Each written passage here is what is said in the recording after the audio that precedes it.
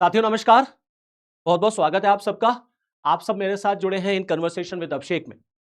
तो आप देखिए, अभी पिछले 7 अगस्त को बड़े धूमधाम से ढोल नगाड़ों के साथ 3 मुस्लिम देशों के बीच में, यानी कि सऊदी अरेबिया, पाकिस्तान और टर्की के बीच में एक डिफेंस पैक्ट साइन होता है। हालांकि ये डिफेंस पैक्ट सऊदी और पाकिस्तान में पहले से ही था, बस इसमें टर्की आ गया, जिसको कहा गया 3 देशों ने मिलकर के एक डिफेंस पैक्ट बना लिया। इस्लामिक नाटो हो गया, मुस्लिम नाटो हो गया, एक देश के ऊपर हमला सबके ऊपर हमला माना जाएगा, तीनों मिल करके अपने दुश्मन से निपटेंगे वगैरह वगैरह, बहुत बड़ी बड़ी बातें की गई। ढोल नगाड़ों के साथ बड़ा प्रचार प्रसार किया गया। लेकिन औकात सामने आ गई, हकीकत सामने आ गई। हकीकत यह है कि अभी 7 अगस्त को यह डिफेंस पैक्ट साइन होता है और उसके ठीक कुछ दिनों के बाद, यानी कि 10 अगस्त को आप देखिए सऊदी अरेबिया के ऊपर हमला हो जाता है। और सऊदी अरेबिया के ऊपर हमला किसने किया? हमला किया हुतीज ने। हुतीज कौन है? ईरान के बैक्ड हैं। और जब ये डिफेंस पैक्ट साइन किया गया था तो क्या कहा गया कि भाई ये डिफेंस पैक्ट जो है वो किसी देश के खिलाफ नहीं है, ये देश किसी देश को काउंटर नहीं करने के लिए है। तो किसके लिए है फिर ये? अगर ये पैक्ट किसी देश के अगेंस्ट नहीं है तो ये किसके लिए? ये पहाड़ के खिलाफ है, ये झरनों के खिलाफ, ये नली नाले और नदियों के खिलाफ है क्या? अरे भैया, ये डिफेंस पैक्ट हुआ है, ऑब्वियस सी बात है किसी देश के खिलाफ हुआ होगा ना। कि अगर कोई देश तुम पे हमला करेगा तो तुम पे हमला मतलब हम तीनों पे हमला, और हम लोग मिल करके लड़ेंगे। तो भाई यहां पर हमला हो तो गया सऊदी पर, और सऊदी पर यह हमला जो हुआ है, ये हुतीज ने जो किया है इसको ईरान बैक करता है। और ये हमला जो है सऊदी पर जो हुआ है, आप देखिए ये हमला सऊदी की रिफाइनरी पर हुआ, प्लस अलग अलग सऊदी के जो एसेट्स हैं वहां पर भी हमला किया गया हुतीज के थ्रू। तो जब ये सऊदी पर हमला हुआ, अच्छा इससे पहले, ये तो मैं आपको अगस्त की बात बता रहा हूं, इससे पहले भी आप देखेंगे तो हुतीज का सऊदी पर अटैक हुआ। तो जब इस बार भी हुती का अटैक हुआ, पाकिस्तान गायब है। इससे पहले भी अटैक हुआ तो पाकिस्तान गायब। तो आखिरकार में इस डिफेंस पैक्ट का फायदा क्या है भाई? क्योंकि डिफेंस पैक्ट में तो यही कहा गया है ना कि एक पे हमला मतलब सब पे हमला होगा। उधर हुती सऊदी को मार रहा है, और पाकिस्तान जो है, जो डिफेंस पैक्ट का मेंबर है, वो उसकी हेल्प करने को नहीं आ रहा है। तो 24 घंटे के अंदर इस इस्लामिक नाटो, इस मुस्लिम नाटो, इस डिफेंस पैक्ट की तो औकात पता चल गई। ये तो पूरी तरीके से एक्सपोज हो गया कि ये डिफेंस पैक्ट दरअसल ये दुनिया को दिखाने के लिए खाली डिफेंस पैक्ट है, इसमें कुछ है नहीं। ये दरअसल एक ऑप्टिक्स है, इससे ज्यादा कुछ नहीं। ये ऑप्टिक्स का खेल है कि दुनिया को दिखाने के लिए कि हाँ हम सब एक हैं और हम सब मिलकर के कॉमन एनिमी से लड़ेंगे। बट पहले वो कॉमन एनिमी तो बताओ। देखिए, पाकिस्तान का दुश्मन अलग है, पाकिस्तान के लिए अलग दुश्मन है, टर्की के लिए अलग दुश्मन है, सऊदी के लिए अलग दुश्मन है। तो पहले डिफेंस पैक्ट का एक कॉमन एनिमी तो लाओ। और जब इससे पहले सऊदी पर हमला हुआ था तो आप कहेंगे तब ये डिफेंस पैक्ट नहीं था। बिल्कुल था भाई। ये डिफेंस पैक्ट जो साइन हुआ है सऊदी पाकिस्तान, इसमें अब टर्की आया है ना खाली। इससे पहले तो सऊदी और पाकिस्तान के बीच में डिफेंस पैक्ट था। तो जब हुथीज सऊदी के ऊपर हमला कर रहे हैं, और आप देखिए इस समय Saudi forces are on alert, तो जब हुथीज ने इससे पहले सऊदी पर हमला किया तो पाकिस्तान ने उस डिफेंस पैक्ट के रिस्पेक्ट में सऊदी की मदद क्यों नहीं की? और अब आपने क्या किया? आपने उसमें खाली बस टर्की को मिला लिया, कुछ नया थोड़ी किया है। बस खाली आपने उसमें टर्की को मिला लिया, और आप कह रहे हैं कि देखो ये किसी देश के खिलाफ नहीं है। साफ साफ नजर आ रहा है कि ये जो डिफेंस पैक्ट हुआ है ये किसके खिलाफ है? ये डिफेंस पैक्ट कहने को इजराइल के खिलाफ है कि हाँ इजराइल के खिलाफ सारे मुस्लिम देश एक हो जाएं, बट ये डिफेंस पैक्ट पूरी तरह से ईरान के खिलाफ है। वरना ईरान का कमेंट इसके लिए नहीं आता। ईरान का कमेंट आया, और ईरान का कमेंट नहीं आया, ईरान ने जबरदस्त चेतावनी दी है सऊदी को। कहा है ये कागजी समझौता है खाली, it's just a paper agreement, जो ये तुमने डिफेंस पैक्ट साइन किया है पाकिस्तान से। और पाकिस्तान की औकात नहीं है कि वो तुमको बचा ले जाएगा ईरान से। ये सोचो अगर कि पाकिस्तान के पास न्यूक्लियर बम है तो पाकिस्तान ईरान से सऊदी की रक्षा कर लेगा, ऐसा कुछ होगा नहीं। ये ईरान का कहना है। ईरान साफ साफ चेतावनी सऊदी को दे रहा है कि इस कागजी समझौते से तुम्हारी सुरक्षा नहीं होगी, ये जो तुमने डिफेंस पैक्ट कर लिया है। और जब हुतीज ने हमला किया सऊदी के ऊपर, तो पाकिस्तान ने क्यों नहीं हमला किया हुतीज के ऊपर? क्योंकि हिम्मत ही नहीं है। अब जब पाकिस्तान में इसको लेकर के बातचीत और अलग अलग तरीके से हो रही है, तो पाकिस्तान गवर्नमेंट जानते हैं क्या कह रही है? कह रही है भैया आर्टिकल 5, नाटो का आर्टिकल 5। अब वो आर्टिकल 5 का यूज कर रहे हैं, क्योंकि आर्टिकल 5 क्या कहता है नाटो का? आर्टिकल 5 नाटो का कहता है कि अगर किसी स्टेट ने हमला किया स्टेट ने। तो पाकिस्तान सरकार कह रही है भैया ये तो हमला सऊदी पर नॉन स्टेट कर रहा है, हुतीस कर रहे हैं। हुतीस नॉन स्टेट एक्टर है, स्टेट थोड़ी है, एक टेररिस्ट ग्रुप है, वो हमला कर रहे हैं। तो भैया जब वो हमला कर रहे हैं सऊदी पर तो हम सऊदी की मदद के लिए नहीं आ सकते। ये पाकिस्तान का कहना है। पाकिस्तान को याद कर लेना चाहिए जो अमेरिका पर हमला हुआ था वर्ल्ड ट्रेड सेंटर पर, तो वो हमला किसने किया था? नॉन स्टेट एक्टर्स ने किया था, अलकायदा ने किया, उसामा बिन लादेन। और अमेरिका ने, पूरे नाटो फोर्सेस ने आर्टिकल 5 को इन्वोक कर दिया था। वहां पर किसी स्टेट ने हमला नहीं किया था, वहां नॉन स्टेट ने हमला किया था।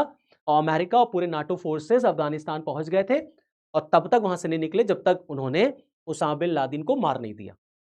यहां पर हूथी सऊदी पर हमला कर रहा है, सऊदी के रिफाइनरी पर हमला कर रहा है, उनके एसेट्स पे हमला कर रहा है, और पाकिस्तान एब्सेंट है, पाकिस्तान मदद के लिए नहीं आ रहा। मैंने अपने लास्ट वीडियो में भी बताया था, फिर बता रहा हूं, ये जो डिफेंस पैक्ट हुआ है ये वाकई में सिर्फ कागजी समझौता है, इससे ज्यादा कुछ नहीं हो। ये ईरान का भी मालूम कहना है कि इससे तुम्हारी रक्षा पाकिस्तान कर नहीं पाएगा। सऊदी अरेबिया को ईरान से इस बात का डर है, मैं आपको बताऊं, ये आप देख सकते हैं, paper agreement with Turkey Pak will not bring you security Iran to Saudi. ये सऊदी के लिए ईरान की तरफ से कहा गया है।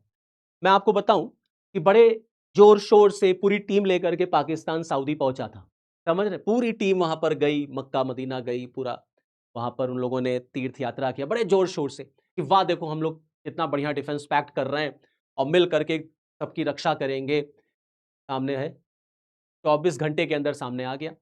एक रात पहले डिफेंस पैक्ट हो रहा है, उसके बाद हूती सऊदी पर हमला कर रहा है, और इस डिफेंस पैक्ट का क्या रिजल्ट है, क्या औकात है। मैंने आपको बताया ना, ये सिर्फ ऑप्टिक्स है। उधर इजिप्ट भी इसको ज्वाइन करना चाहता है, इजिप्ट कह रहा है भाई हम भी आना चाहते हैं इसमें। हूथीज दरअसल एक ग्रुप है जो यमन में पाए जाते हैं, और इनका पूरा दबदबा दरअसल रेड सी और बाबल मंदाब में है। इनको ईरान जो है वो बैकअप करता है। सऊदी को सबसे बड़ा खतरा ईरान से है। ईरान हुथीस को सपोर्ट करता है, ये सऊदी जानता है। और इस पूरे वॉर में, ईरान और अमेरिकन वॉर में, सऊदी को आर्थिक नुकसान हो रहा है, स्ट्रेट ऑफ हार्मूज बंद है। तब तक सऊदी का हूती के साथ पंगा हो गया, हूथी ने बाब अल मंदाब बंद कर दिया। अब बताइए सऊदी अपने कार्गोज, अपने शिप्स, अपने तेल के जहाज कहां से भेजेगा? क्योंकि रेड सी पूरा हूतीज का है, यहां उन्होंने कब्जा कर रखा है। तो सऊदी को ये इकोनॉमिकल लॉस जो हो रहा है, अब सऊदी अपने इकोनॉमिकल लॉस के लिए लड़ेगा कि नहीं लड़ेगा? ईरान डायरेक्ट तो इन्वॉल्व नहीं हो रहा है, लेकिन वो हुतीज के थ्रू सऊदी पर अटैक करवा रहा है। क्यों करवा रहा?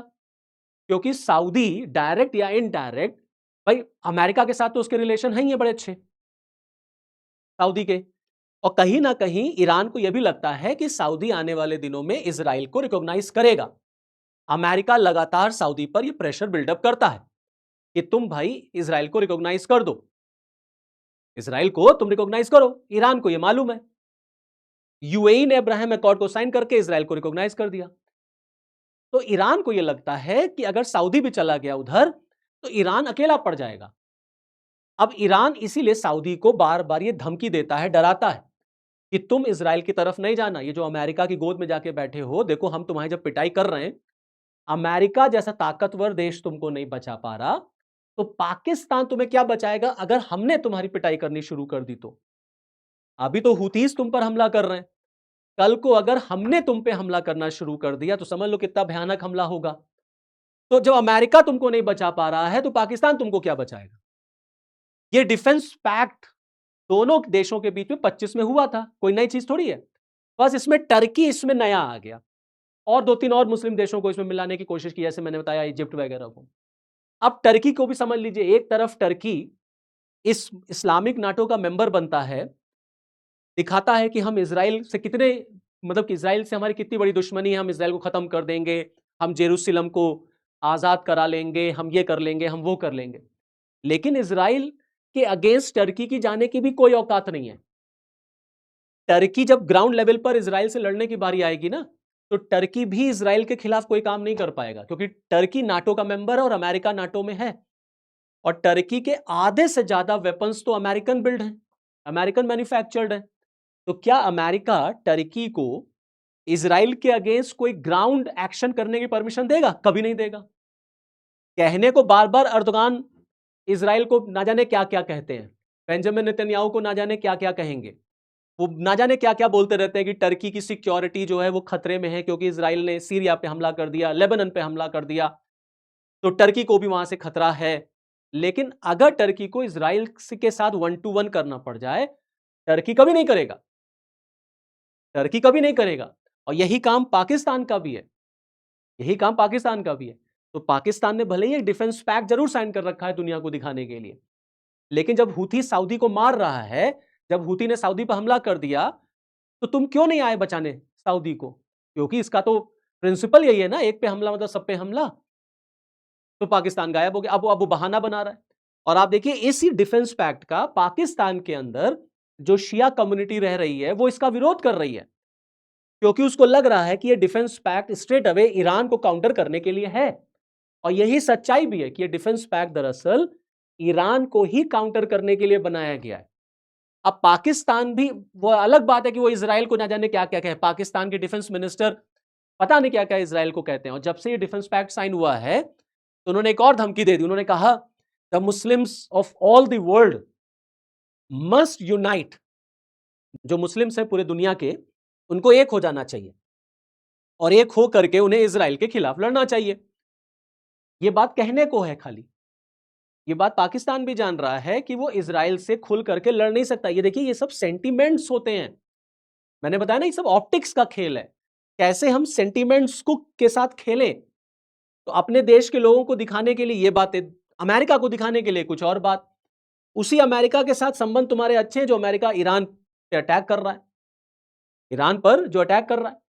तो ऑब्वियस सी बात है फिर इजराइल की तरफ से भी पाकिस्तान के डिफेंस मिनिस्टर ख्वाजा आसिफ को लेसन सिखाया गया, उधर से भी कमेंट आया, आउटरेजियस कमेंट है। ख्वाजा आसिफ ने इजराइल को इविल, कर्स फॉर ह्यूमैनिटी तक कह दिया था, भैया ये दुष्ट देश है, मानवता के लिए ये कहीं ना कहीं एक अभिशाप है। ये सारी बातें होती रहती हैं, ये सब दिखाने के लिए होता है, ऐसे बोलो ऐसे बोलो, ताकि तुम्हें लगे कि नहीं नहीं बिल्कुल हम इजराइल के खिलाफ हैं। लेकिन ये सबको पता है कि तुम किसके खिलाफ हो, ठीक है। अब आप देखिए सीरिया को देख लीजिए, सीरिया में, सीरिया का क्या कहता है, सीरिया के जो राष्ट्रपति हैं अहमद अल शरा, वो तो खुदे अल कायदा के लीडर रह चुके हैं, आज इस समय सीरिया के राष्ट्रपति बने हुए हैं अमेरिका के सपोर्ट से। वो कहते हैं कि उनको इजराइल के साथ सिक्योरिटी डील करनी है, इजराइल के साथ बेहतर संबंध स्थापित करने। और ये जो अल शरा है, ये टर्किश इंटेलिजेंस का आदमी है, टर्किश इंटेलिजेंस का। तो मैं वही आपको बात बता रहा हूं ना कि देखिए टर्की अल शरा के थ्रू, आप ऐसा समझ लीजिए, बिहाइंड द कर्टन, पर्दे के पीछे टर्किश अल शरा के थ्रू इजराइल के पास मैसेज पहुंचा रहा है सिक्योरिटी डील का, चलो सिक्योरिटी डील कर ले। और देखिए आप, अल जजीरा की न्यूज है ये कि सीरिया इजराइल के साथ सिक्योरिटी डील करना चाहता है। और अल शरा कौन है? टर्किश इंटेलिजेंस का आदमी है। तो टर्की जो है वो दरअसल इजराइल का खुल करके ग्राउंड लेवल पर आकर के कभी विरोध नहीं करेगा।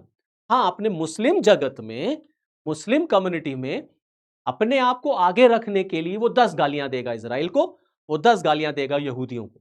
लेकिन क्वेश्चन क्या है? क्वेश्चन ये है कि जब हुथीज ने सऊदी पर हमला किया तो पाकिस्तान सऊदी की मदद के लिए क्यों नहीं आया? कुछ दिन पहले ही डिफेंस पैक्ट साइन होता है, उसी के कुछ दिन बाद हमला हो जा रहा है। और हुथी ईरान बैक्ड है, ये बात ध्यान रखिए, ईरान का समर्थन है हुथी को।